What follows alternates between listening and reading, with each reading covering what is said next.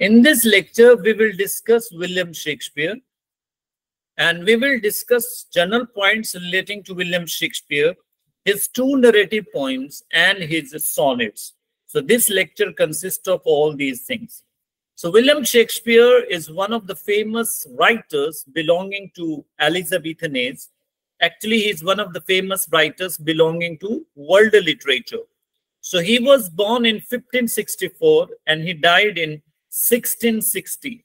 This is the lifespan of William Shakespeare. You must remember the date of his birth and the date of his death. They are really very important. So he was born in 1564 and he died in 1660. Do you know, in 1564, another writer was also born, and the name of that writer is Christopher Marlowe. So Christopher Marlowe was also born in 1564, and William Shakespeare was also born in 1564, and he died in 1660. So first of all, we will discuss some general facts relating to William Shakespeare's life, his style of writing, and the different comments by the different writers about William Shakespeare. So William Shakespeare was born in Stratford-upon, and that's why he is called the Bard of Stratford-upon. Bard, do you know? Bard means poet. So he is called the poet of Stratford-upon, as Rabindranath Tagore is called the Bard of Bengal, and Alexander Pope is called the poet of Twickenham. So these writers you must remember. And that's why he's called the Bard of Stratford-upon. Bard means poet of Stratford-upon. And what is another interesting fact about William Shakespeare is that William Shakespeare was born and died on the same date. So he was born on 23rd of April and he died on 23rd of April. So this is very interesting fact about William Shakespeare. Overall, William Shakespeare has written 37 plays, 154 sonnets, and 2 narrative poems. You must remember. So he has written 37 plays, 154 sonnets, and 2 narrative poems. The first folio of William Shakespeare's play, which contained 36 plays, was published in 1623. You must remember that the first folio of William Shakespeare's play was published in 1623. And it was published by Hemming and Condell. And it contained 36 plays. One play was not included in this folio, and the name of that play was Pericles. So questions have been raised on this aspect, that when was William Shakespeare's first folio published? You must remember 1623. How many plays were in that volume? 36. Which play was not included in that play? Pericles. Why? Because the authors, they were doubtful. The critics were doubtful relating to the authorship of Pericles. वो मानते थे कि Pericles William Shakespeare ने नहीं लिखा. But later on they came to the conclusion that the Pericles was written by Shakespeare, and it was published by Hemming and Condell. The second folio of William Shakespeare's play, folio means collection. So the second collection of William Shakespeare's play was published in 1632 by Allott. So you must remember these two folio of William Shakespeare's play, and date also, and published by whom. Now, Astic Coleridge, you all know that he is one of the famous writers belonging to the Romantic age, 1798 to 1837, exactly 1832. ये हमारी Romantic age का period है. So Astic Coleridge, who is a supernatural poet, so he has delivered 43 lectures on William Shakespeare, and in these 43 lectures, Astic Coleridge has praised William Shakespeare's imagination, and he has called William Shakespeare's imagination as hybrid imagination. Hybrid means supreme imagination. And do you know, it was Astic Coleridge who made a difference between fancy and imagination in his book Biographia Literaria that was published in 1817. We will discuss Astic Coleridge in detail when we discuss Romantic age, when we discuss Astic Coleridge. So for the time being, you must remember that Astic Coleridge, he has delivered 43 lectures on William Shakespeare, and these lectures were delivered by S.T. Coleridge from 1811 to 1812. 1811 से लेकर 1812 तक ये deliver हुए थे. And in those 43 lectures, S.T. Coleridge has praised William Shakespeare's imagination, and he has called William Shakespeare's imagination hybrid imagination.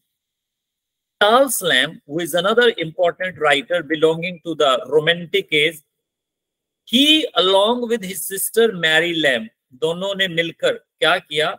Wrote a collection of William Shakespeare's 20s play, and the name of that play is the Tales of a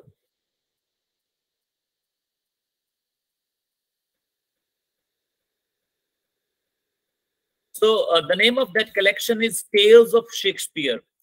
Actually, Charles Lamb and Mary Lamb, they wrote very simple stories of William Shakespeare's 20 plays. तो उन्होंने क्या किया? William Shakespeare के जो 20 play थे उनको बड़े simple शब्दों में लिख दिया, and that's why the name of that title is Tales of Shakespeare. Tales means stories of Shakespeare. You must remember.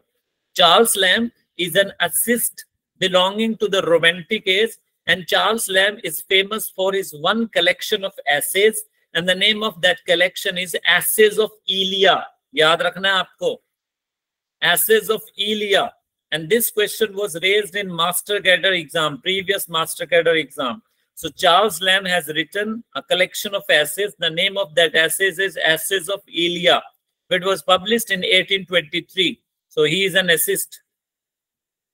John Keats, you know, another important poet belonging to the Romantic age. So John Keats, he invented a new term, negative capability, for William Shakespeare. Why? Because William Shakespeare is an excellent example of a negative capability. Now, what is the meaning of negative capability? Negative capability means self-effacement. You must remember what is the meaning of negative capability. Self-effacement. Self-effacement का मतलब क्या होता है? अपने आप को भूल जाना. और ये क्वेश्चन भी मास्टर कैडर में आया हुआ है कि नेगेटिव कैपेबिलिटी का क्या मीनिंग है.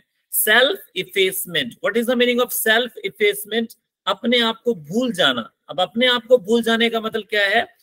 While writing a work of art, the writer should not talk about his personal life. एक राइटर को कोई बुक लिखते हुए अपनी पर्सनल लाइफ के बारे में नहीं लिखना. That is called negative capability, self effacement. Okay, and if you read William Shakespeare's 37 plays or 154 sonnets, William Shakespeare doesn't talk about his personal life in any play or in his sonnets. And secondly, what is the meaning of negative capability? To present the thing as it is. किसी चीज को present करना जैसे कि वो है. So that is called negative capability. You must remember, John Keats, he used this term negative capability for William Shakespeare because William Shakespeare, clear? Yes, John Keats actually in his some poems, John Keats follows negative capabilities, but in his some poems, John Keats, he doesn't follow negative capability. For example, John Keats की एक poem है, Ode to a Nightingale. So in that poem, John Keats, he talks about the death of his brother. अपने brother Tom की बात करता है death की. वो कहता है ना, where youth grows pale, spectre thin and dies. तो उस लाइन में वो किसकी बात कर रहा है? अपने ब्रदर की, because his brother Tom died due to TB. And do you know John Keats also died due to TB? So Ode to a Nightingale is not a wonderful example of negative capability because John Keats, he talks about his personal life in that poem, Ode to a Nightingale. But William Shakespeare is a wonderful writer of negative capability. Next, T.S. Eliot, you know that he is one of the famous writers belonging to the modern age, 1901 to 1960. That's the period of the modern age. So he has written one essay. The name of that essay is Hamlet and Shakespeare. Now, in this essay, William Shakespeare, he criticizes William Shakespeare's play Hamlet. You all know that Hamlet is William Shakespeare's best play. But T.S. Eliot, he finds fault with William Shakespeare's play Hamlet by calling it an artistic failure. By calling it an artistic failure. Let me check. अच्छा, धीरे धीरे बोलो. Okay, no problem. धीरे से बोल देते हैं, don't worry. कहाँ थे हम? Yes. So T.S. Eliot, he has written one essay. The name of that essay is Hamlet and Shakespeare. Now, in this essay, T.S. Eliot, he criticizes William Shakespeare's play Hamlet, and he calls Hamlet an artistic failure. क्यों वो William Shakespeare की play की आलोचना करता है? Do you know? Because T.S. Eliot, he doesn't find objective correlative in Hamlet. उसको Hamlet में objective correlative नहीं मिलता. तो ये टर्म याद रखना, आपसे बार बार मास्टर कैडर में पूछी जाती है कि ऑब्जेक्टिव कॉरलेटिव टर्म किसने दी है. So the term objective correlative has been given by T.S. Eliot in his essay Hamlet and Shakespeare. Now try to understand the meaning of objective correlative को समझने की कोशिश कीजिए, इसका मीनिंग क्या होता है, because there may be a question on the meaning. Objective correlative means to present things in an indirect way. Indirect way में जब चीजें present की जाती है उसे हम objective correlative कहते हैं. By using symbols, by using myths, by using characters. So that is called objective correlative. Just I want to give you example of objective correlative. कि चीजों को indirectly कहना, कैसे कहना भाई? With the help of symbols, myths and characters के द्वारा. For example, मैं आपको एक example देता हूँ objective correlative का. Just take T.S. Eliot's poem The Wasteland. सबने T.S. Eliot की Wasteland poem जरूर पढ़ी होगी. So The Wasteland was published in 1922. इसकी date of publication आपने जरूर याद रखनी है.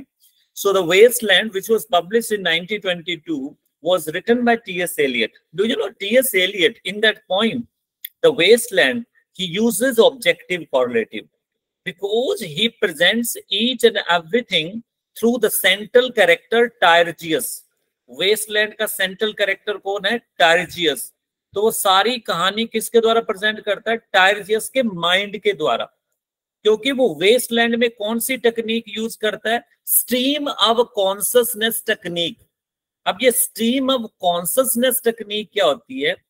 In this technique whatever goes in the mind of the central character is presented.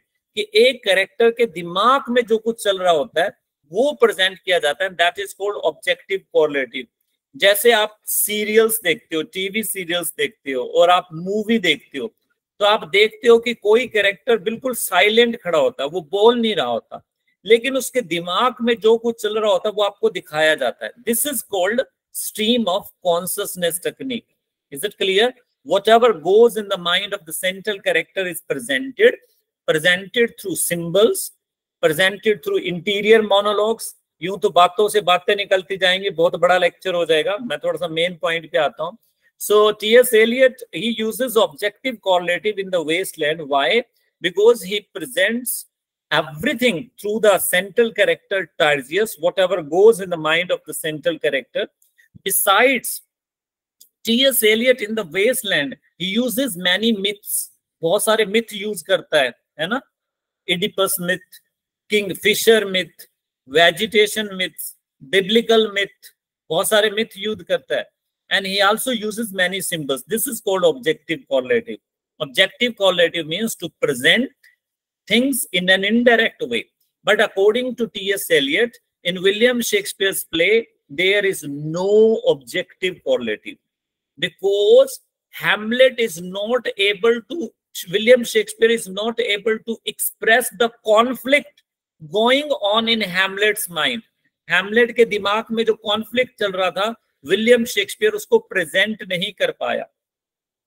अब हैमलेट के दिमाग में क्या कॉन्फ्लिक्ट चल रहा था?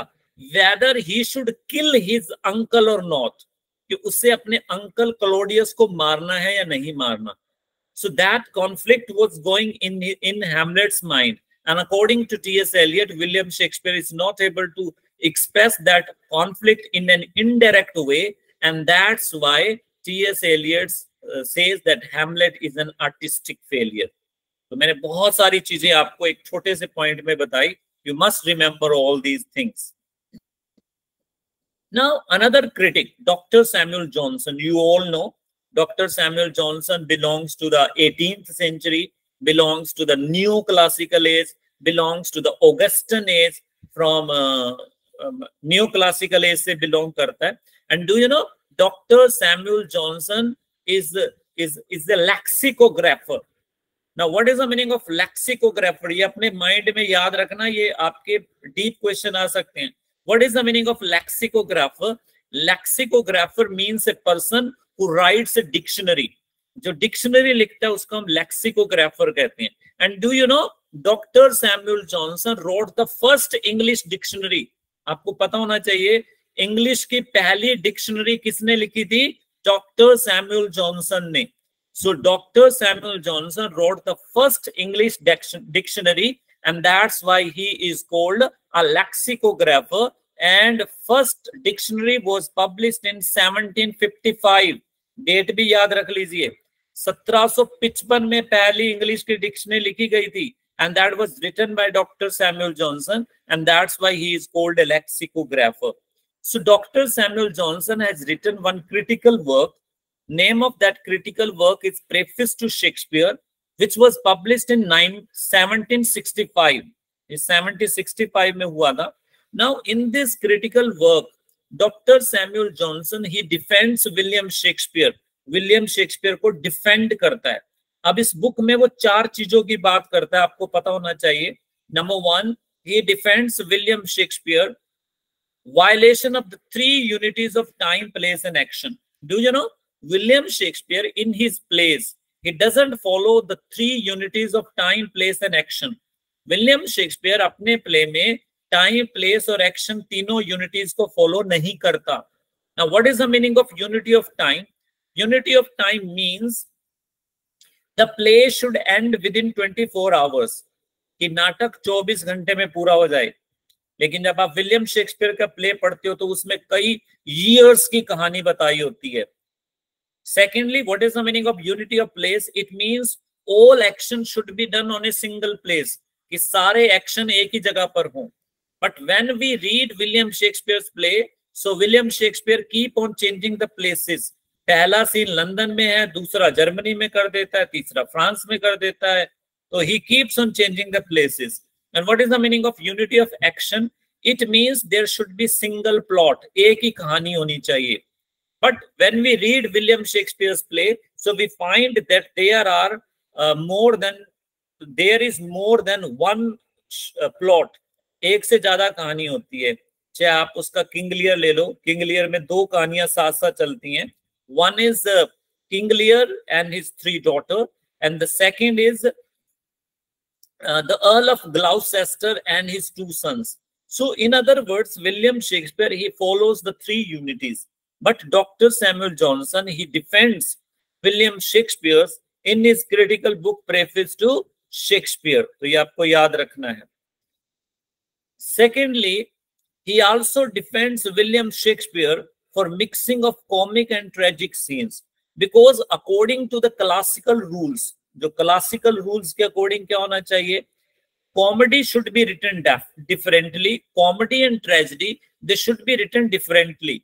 Comedy और tragedy अलग अलग लिखी जानी चाहिए.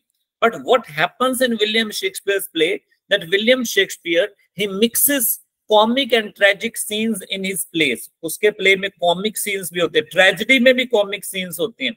You can take some examples of comic scene. For example, in his play Hamlet. Hamlet में एक comic scene आता है जिसका नाम है grave digger scenes.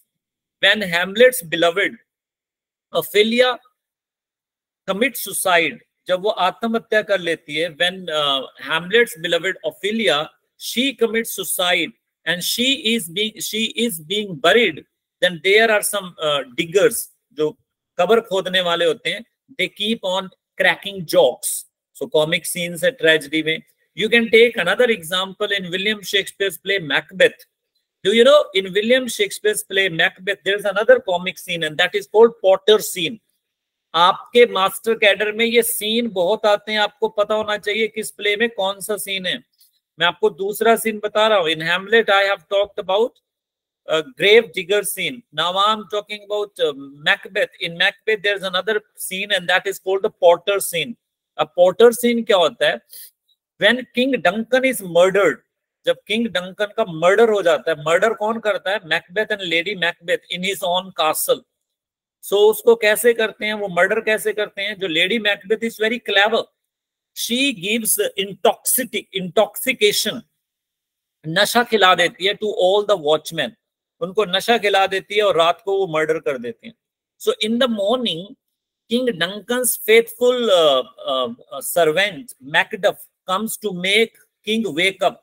राजा को उठाने आता है. ये मैं सारी स्टोरी बताऊंगा जब हम ये प्ले करेंगे, क्योंकि ये पॉइंट आ रहे हैं तो मुझे ये क्लियर करना है कि कॉमिक और ट्रेजिक सीन्स की मिक्सिंग कैसे है.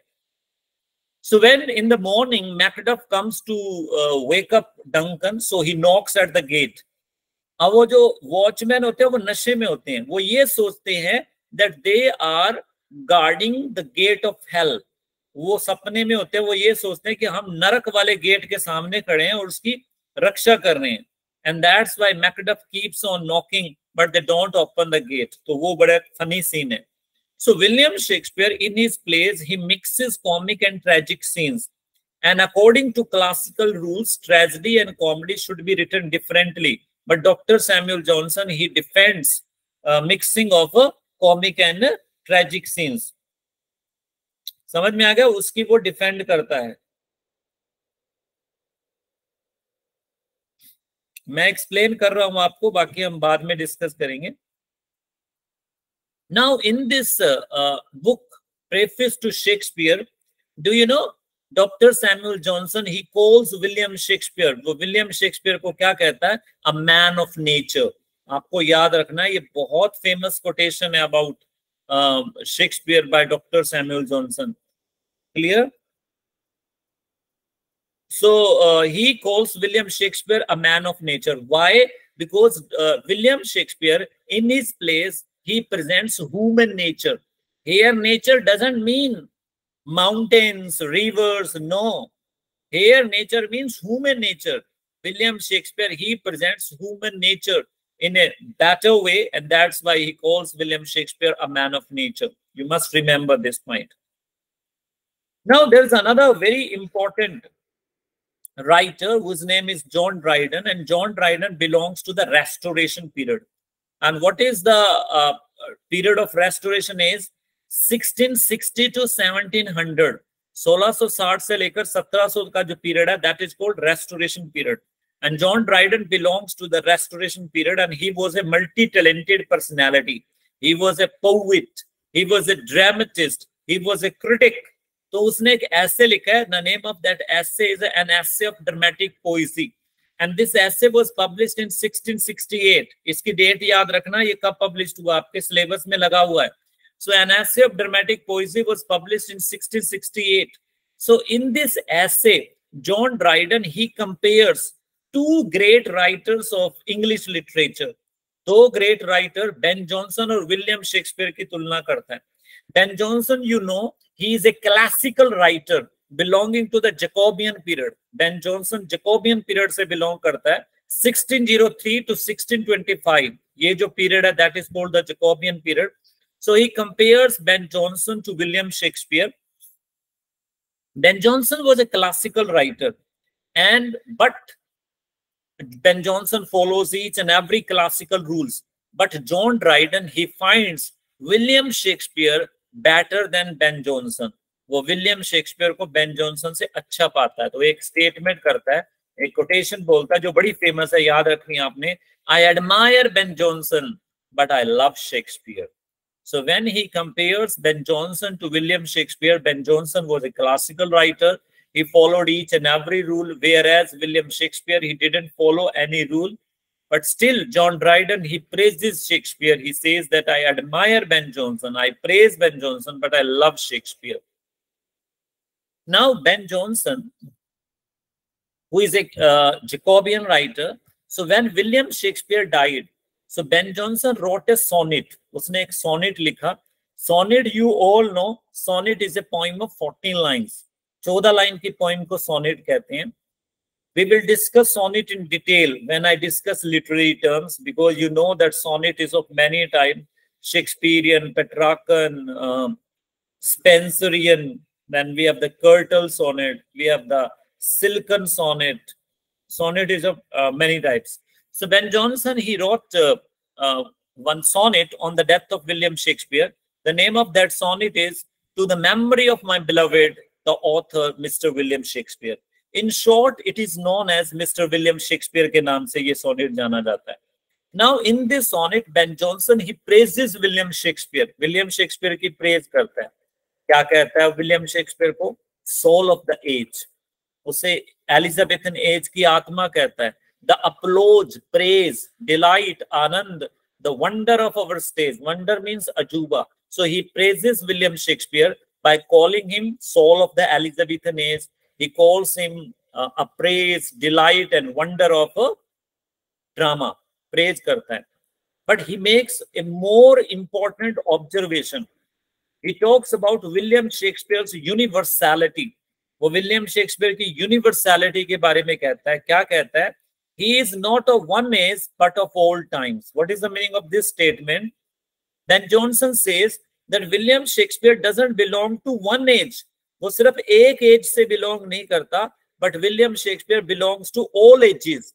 Means he was a universal writer. वो एक universal writer था.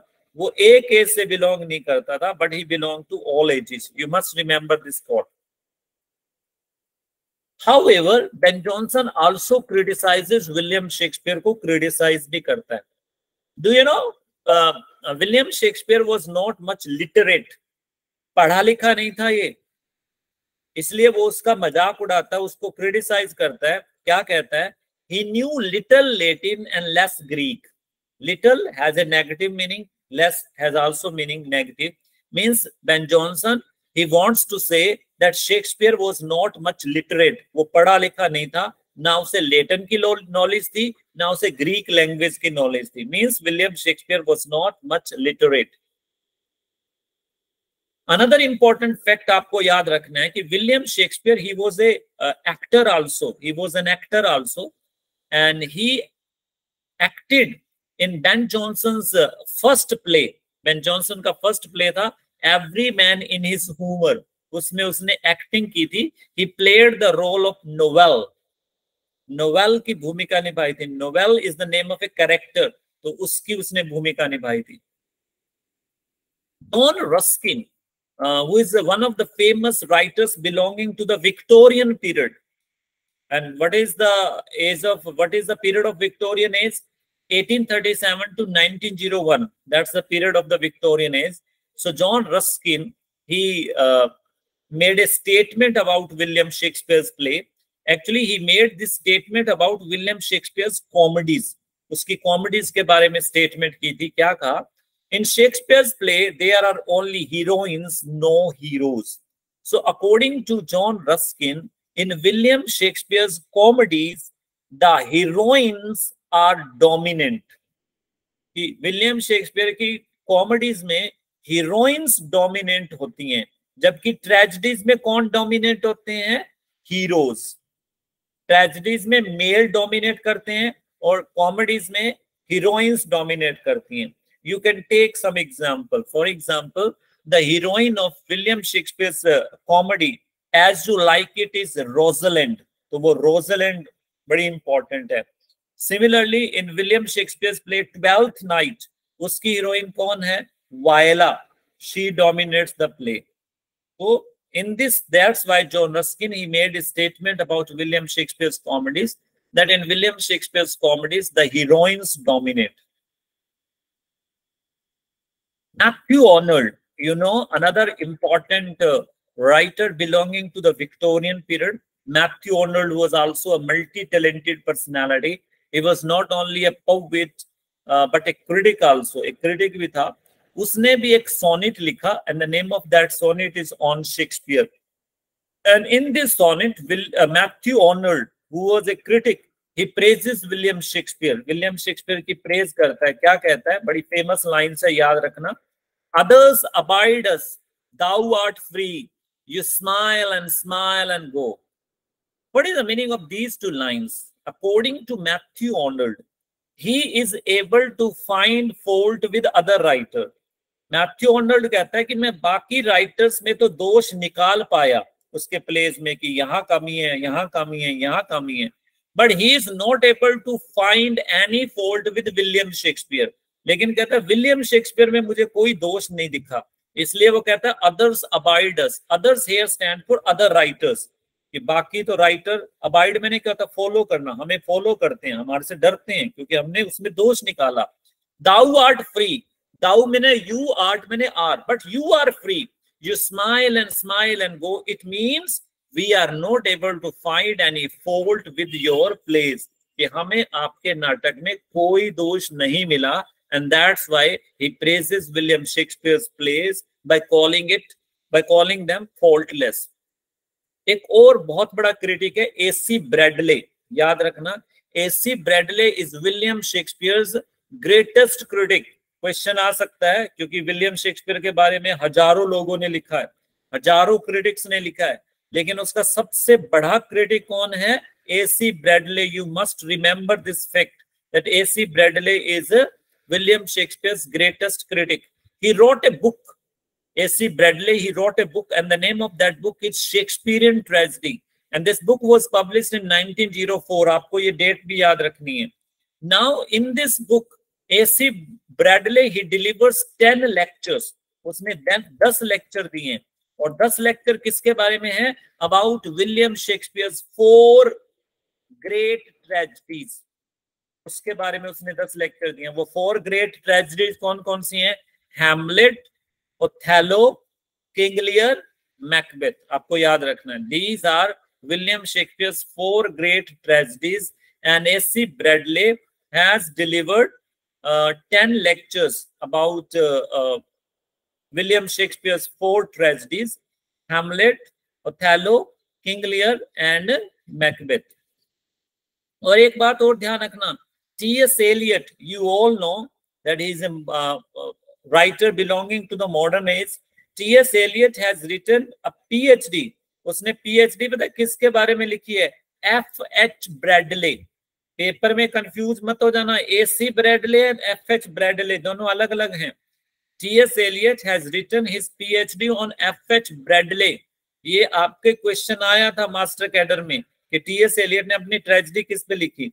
So T.S. Eliot has written his PhD on F.H. Bradley, और William Shakespeare greatest critic is AC Bradley.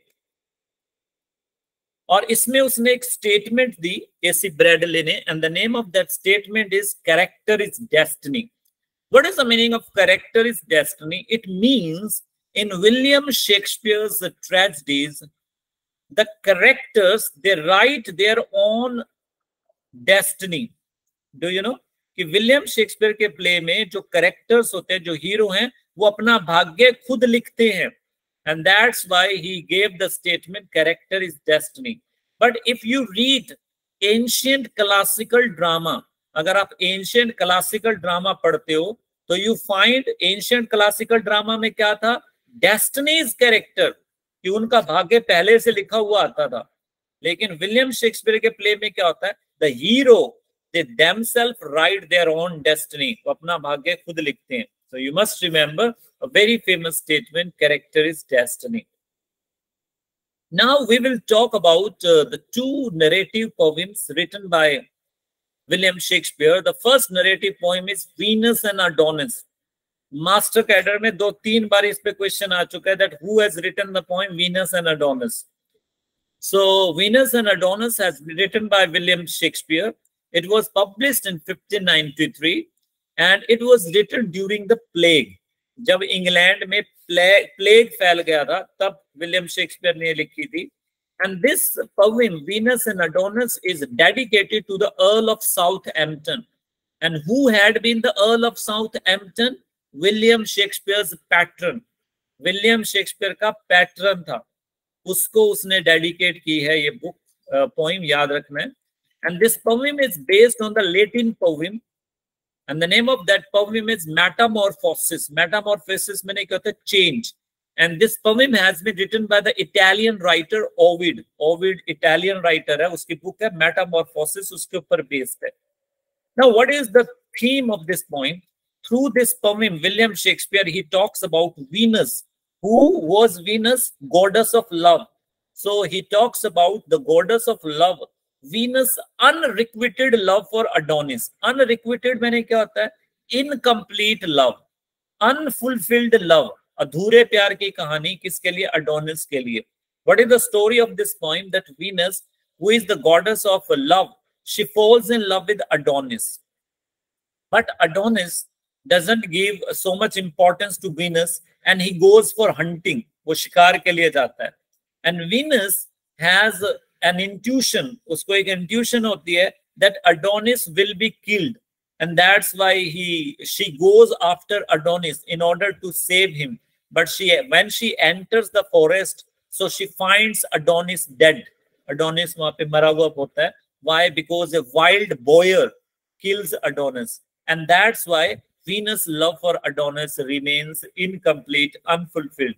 तो ये अधूरे प्यार की कहानी है. आपके पेपर में तो सिर्फ यही पूछा जाता है that who has written the poem Venus and Adonis, but I have included so many points here. The next poem written by William Shakespeare is The Rape of Lucrece. Now, what is the meaning? Lucrece is the name of the character, and it was published in 1594. Again, this poem is dedicated to the Earl of Southampton. Who had been the Earl of Southampton? The Earl of Southampton had been William Shakespeare's patron. अब ये pattern क्या होता है, पहले इसको समझिए. पुराने जमाने में क्या था कि कुछ अमीर लोग होते थे, वो क्या करते थे, राइटर्स को लिखने के लिए पैसे देते थे, तो उन्हें कहते थे pattern. So the Earl of Southampton had been William Shakespeare's patron, as Sir Walter Raleigh had been Edmund Spencer's patron. Edmund Spencer का पैटर्न कौन था? Sir Walter Raleigh. So again, it is dedicated to the Earl of Southampton, and this poem is written in rhyme royal. Now, what is rhyme royal? Rhyme royal is a type of stanza. ये एक stanza होता है, and it was invented by Geoffrey Chaucer. इसका आविष्कार किसने किया था? Geoffrey Chaucer ने. Geoffrey Chaucer, I think you all know, father of English literature, father of English language, the father of English poetry, सब Geoffrey Chaucer था. So it was invented by, you can say that Geoffrey Chaucer in his poem Troilus and Cressida. ये उसकी poem है, उसमें उसने invent किया था. So what is rhyme royal? Rhyme royal is a stanza which consists of 7 lines. Rhyme royal में कितनी lines होती हैं? stanza में 7 lines, and all 7 lines are in iambic pentameter. अब ये iambic क्या होता है, pentameter क्या होता है, आपको बाद में समझ में आएगी. When I deliver my lecture on meter, जब मैं छंद पे lecture deliver करूंगा तब आपको पता चल जाएगा ये iambic क्या होता है, pentameter क्या होता है. So you must remember, अभी आपको याद रखना है कि rhyme royal is a type of stanza which was invented by Geoffrey Chaucer. It consists of 7 iambic pentameter lines. इसमें 7 iambic pentameter lines होती हैं. Again, this poem is based on the Italian poet Ovid's book Fasti. Ovid is an Italian poet, तो उसकी poem Fasti पर based है. जैसे कि हमारी जो पिछली poem थी Venus and Adonis, it was based on Ovid's poem Metamorphosis, and the Rape of Lucrece is based on Ovid's poem Fasti. And secondly, this poem is based on the Roman historian Livy, उसकी book है History of Rome, उसके ऊपर based है. What is the story of this poem? Actually, the central character of this poem is Lucrece. She is a pure woman, एक पवित्र औरत होती है, but she is raped by Tarquin. Who is Tarquin? Friend of her husband Collatine. उसके husband का नाम Collatine होता है, उसका friend Tarquin उसको seduce करता है, उसको rape कर देता है, and that's why Lucrece, who is a pure woman, she commits suicide. So that's the story of this poem, the rape of Lucrece. So all these points are really important. And now we will talk about William Shakespeare's sonnet. So you all know that William Shakespeare has written total 154 sonnets.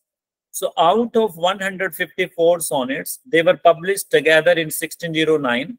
126 sonnets are addressed to Mr. W.H.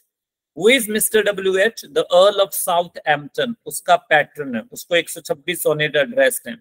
Next 26 sonnets are addressed to William Shakespeare's beloved Dark Lady ko addressed hai. The next two sonnets, they are neither addressed to Mr. W.H. nor to Dark Lady. Na to wo Mr. W.H ko addressed hai, na wo Dark Lady ko addressed hai. They are sexual in theme. So ये तो आपको 154 sonnets का हिसाब किताब रखना है. Now, what is the pattern? Sonnet, you know, a sonnet is a poem of 14 lines. But William Shakespeare's 14 lines are divided into a fixed pattern. 14 line को कैसे बांटा जाता है? 14 लाइन को बांटा जाता है 3 quatrain and a couplet. ये जो quatrain है, ये वर्ड बना है quarter से. Quarter का मतलब क्या होता है? चौथा हिस्सा. It means a stanza of 4 lines. 4 line के पहरे को क्या कहते हैं? Quatrain. So in a William Shakespeare sonnet, there are 3 quatrain. 3 quatrain means 3 multiply by 4. तो 12 लाइनें तो ये होगी. 4 लाइन के 3 पैरे होते हैं. And a couplet. The word couplet कहाँ से आया? Couple से. And what is the meaning of couple? Couple में क्या होता है? 2 होते हैं. तो what is the meaning of couplet? A stanza of 2 lines. So in this way, William Shakespeare's sonnets are divided into 3 quatrains and a couplet. And what's the rhyme scheme of the William Shakespeare sonnet? That's really very important. पता नहीं कितने बार पूछी जा चुकी है.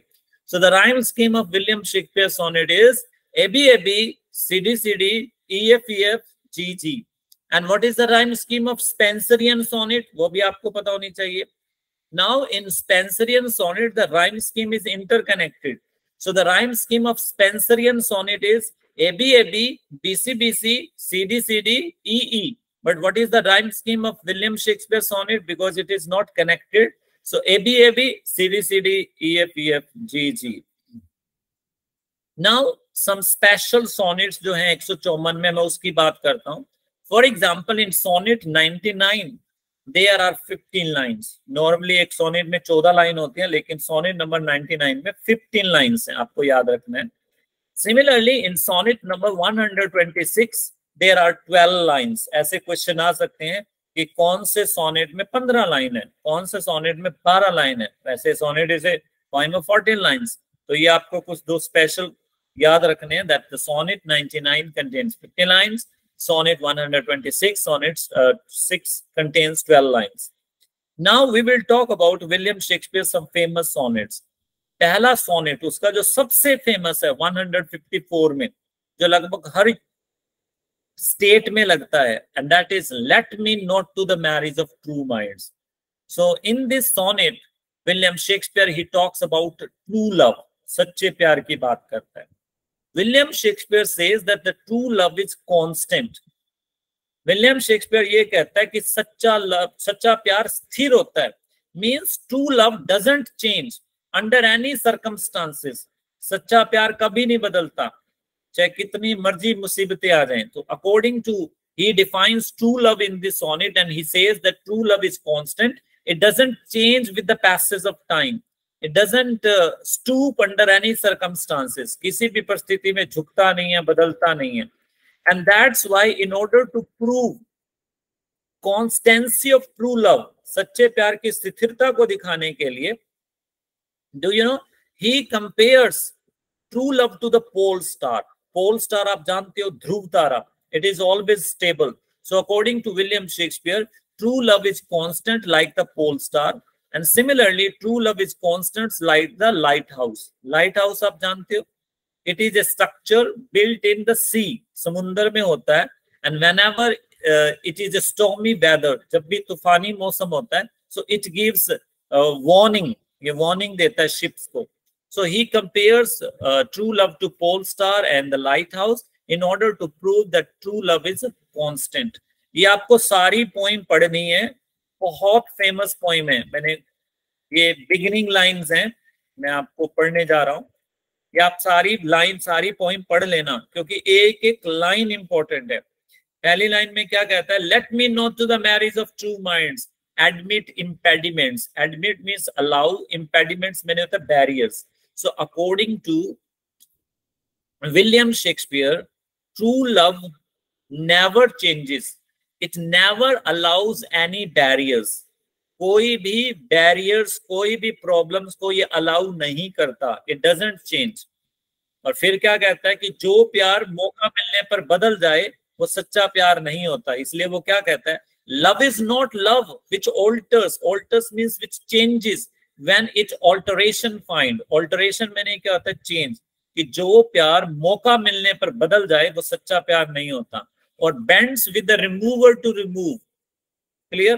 और वो प्यार भी सच्चा प्यार नहीं होता जो झुक जाए किसके सामने? कि जो प्रेमिका है उसको घर पे पिटाई हुई, माँ बाप ने पीटा, तो वो मान लो अपने प्रेमी से प्यार करना बंद कर जाए, तो that is also not true love. कहता ना, और bends with the remover to remove.